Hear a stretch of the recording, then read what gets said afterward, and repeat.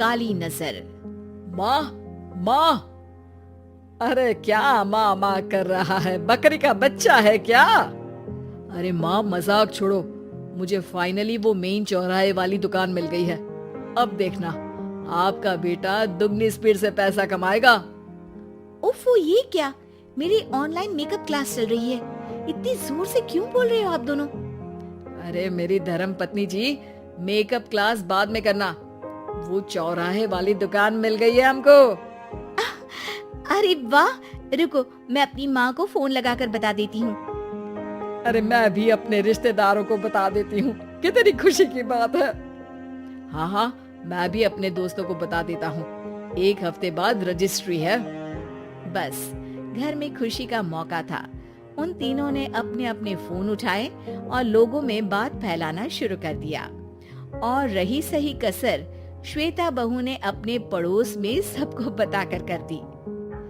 अरे वर्मा आंटी, अब हम भी जल्दी कार ले लेंगे, घर का रेनोवेशन होगा और ठाट से रहेंगे हम भी। अरे ऐसा क्या हुआ? लॉटरी बाटरी लग गई है क्या?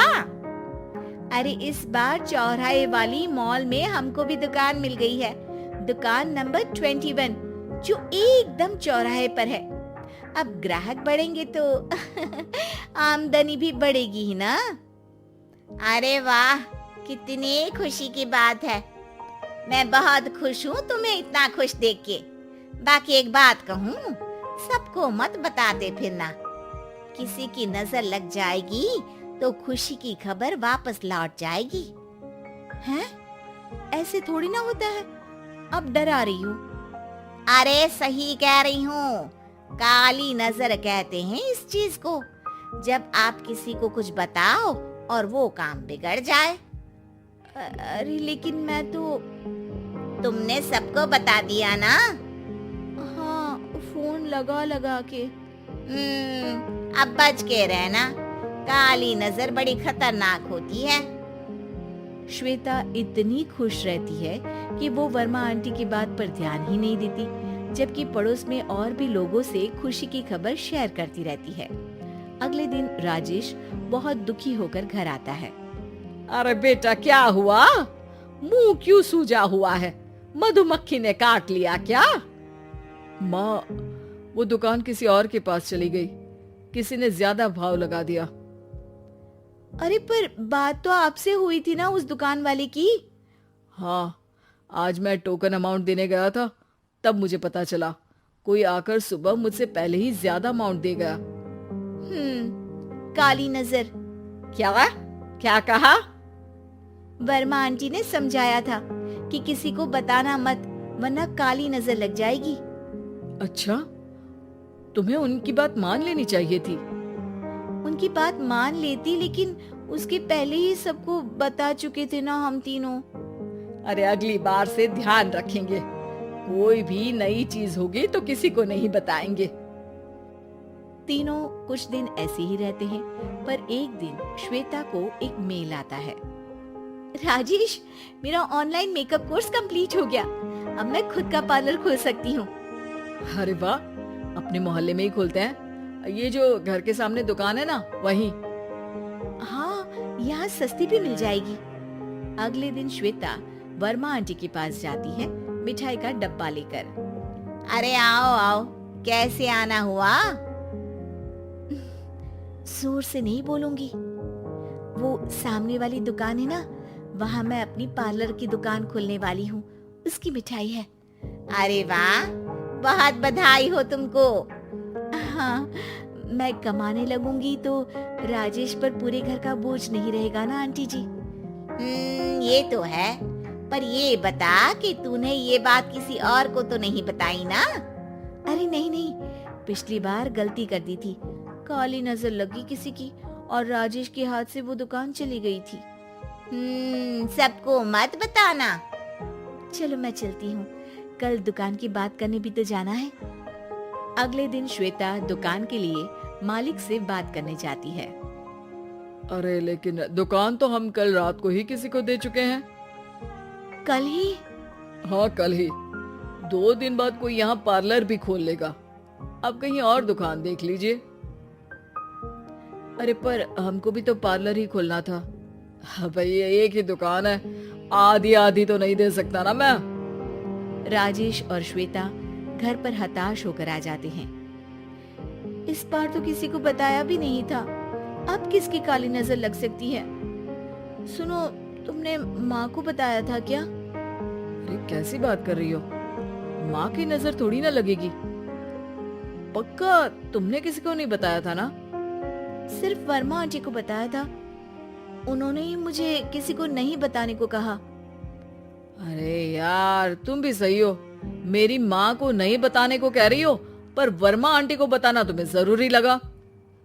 अरे वर्मा आंटी ने ही तो काली नजर के बारे में बताया था ना, वो हमेशा हमारा भला ही तो चाहती है। मेरी माँ भी हमारा भला ही चाहती है। अरे पर चिल्ला क्यों रहे हो? बात नहीं कर सकते क्या आराम से? नहीं आता वो आराम से बात करना, और करना भी नहीं चाहता हूँ मैं। दुकान जाने का दुख गुस्से में बदल गया था और राजेश और श्वेता में बात बंद हो गई थी। 2 दिन बाद मोहल्ले में पार्लर का इनॉग्रेशन हुआ, जिसमें मोहल्ले के सभी लोगों को बुलाया गया, पर श्वेता, राजेश और माँ नहीं जाते। माँ, अंदर आ जाओ, क्या देख रही हो? अरे नया पार्लर देख रही हूँ अपने आंगन से। देखो, माँ को दूसरे का सुख देखने में कितना मजा आ रहा है, मेरा दुख नहीं दिख रहा इन्हें। यहाँ मेरा पार्लर भी तो हो सकता था। अरे चुप रहो यार, हर बात में लड़ाई क्यों ढूंढ रही हो? राजेश और श्वेता फिर बहस करने लगते थे। तभी माँ ने दोनों को बाहर बुलाया। अरे जरा देखो तो, दुकान चलाने वाले का बोर्ड पर नाम क्या लिखा है? श्रुति वर्मा। गाड़ी निकाले बेटा, हमें कहीं जाना है। काली नजर का इलाज कराने। राजेश अपनी बाइक निकालता है। तीनों ट्रिपलिंग कर रहे हैं। माँ राजेश को उस मॉल वाली दुकान पर लेकर जाती है जहाँ राजेश अपनी दुकान खोलने वाला था। यही दुकान लेना चाहता था ना तू? हाँ, पर इनको भी दुखी करने लेकर आई हो क्या यहाँ पर दुकान दिखाकर? वहाँ काफी नहीं था? अरे श्वेता, थोड़ा सब्र रख, अभी पता चलेगा कि हम यहाँ क्यों आए हैं। बता, इस दुकान चलाने वाले का नाम क्या है? अनुपम वर्मा। कुछ समझ में आया? वो दुकान वाली श्रुति वर्मा, ये दुकान वाला अनुपम वर्मा, और हमारे पड़ोस में हमने उस दुकानों के बारे में बताया किसको था? अब वर्मा आंटी को। मतलब वर्मा आंटी ही हमारा काम बिगाड़ रही है? नहीं नहीं, ऐसा नहीं हो सकता, ये बस इत्तेफाक है। राजेश अपना फोन निकालता है और श्रुति वर्मा और अनुपम वर्मा के नाम फेसबुक पर सर्च करता है, जहां ये दोनों ही वर्मा आंटी के रिश्तेदार होते हैं। श्वेता को समझ में आ जाता है कि वर्मा आंटी की ही नजर काली नजर है। अब क्या करना है? कोई भी खुशी की खबर हो तो काली नजर से बचना है, यानी वर्मा आंटी से बचना है। अरे पर मुझे ये समझ में नहीं आया कि वो हमारे साथ ऐसा क्यों करेंगी। अरे बेटा, एक सीख है, दूर के आदमी को आपकी तरक्की से कम परेशानी होगी, पड़ोसी को ज्यादा। दोनों माँ की बात में हामी भरते हैं और अगला काम चुपचाप करने की कसम खाते हैं, ताकि आगे से वर्मा आंटी कोई काम ना बिगाड़ सके।